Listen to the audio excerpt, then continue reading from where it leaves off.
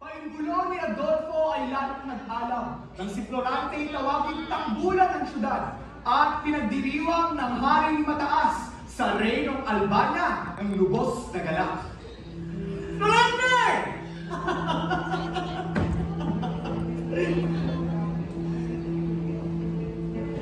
Ang araw mo'y ngayon, ang pagkakatao'y sa iyo umaaral. Pinalayo mo masalamat kung ngayon! Sana'y di na mag-krus ng das ng paghabol.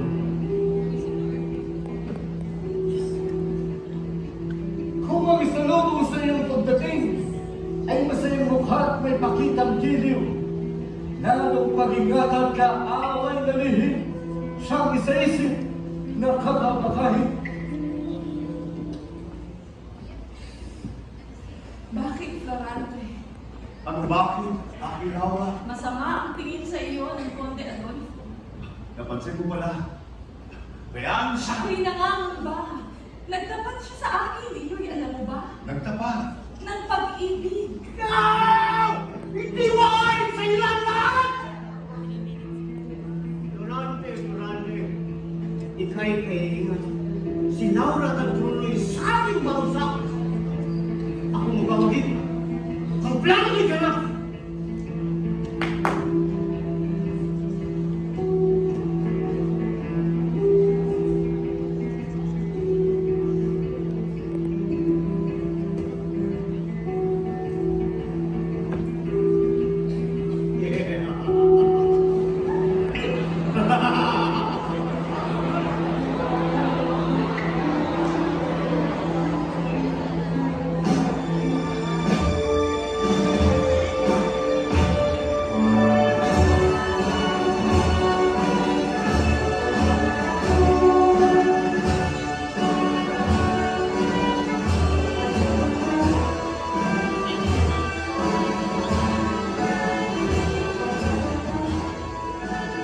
Di nagilang buwan ay sarilong tuwa at pasasalamat sa pagkatimawa.